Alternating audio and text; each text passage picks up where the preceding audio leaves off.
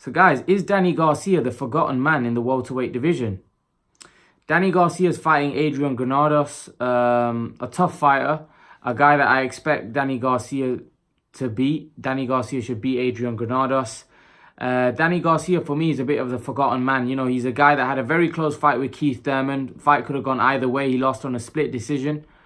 And then he had a very close fight with Sean Porter. And again, the fight that could have gone either way. You know, he's been very unlucky. But also, Danny Garcia's had a lot of very close fights in his career, which went his way. You know, Judah, Lamont Peterson.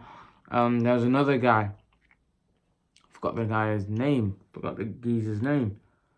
There was another guy that he had a very close fight with. I just forgot the guy's name, man. Herrera. Mauricio, I think it was Mauricio Herrera, I think. And he had a close one with him as well. And I think a lot of people thought he beat Danny Garcia. So Danny Garcia's had a lot of close fights in his career. You know, but, you know, some have gone his way, some have gone against him, but I think that's just boxing. I always knew when Danny Garcia steps in the welterweight division, it was going to be a different ball game. His biggest win probably came against Amir Khan. That was his biggest, that was his breakout fight. That was the fight that made him a star. He's a good fighter, Garcia. He's very tough. You know, probably one of the best chins in the game. Danny Garcia's probably got one of the best chins. I would say he's got a granite chin. He's very, very tough, Danny Garcia. I've never seen him like wobbled or dropped, or he's very, very tough. And he's fighting a guy in Adrian Granados is just as tough. But I think Danny Garcia, for me, is a better fighter. And I think Danny Garcia is going to put on a good boxing display. I don't think he's the best boxer in the world. I think his feet are quite flat. He's not the quickest mover. He's got a bit of dynamite in his hands. If you stay there and stand and trade with him in the pocket, he can definitely hurt you, Garcia.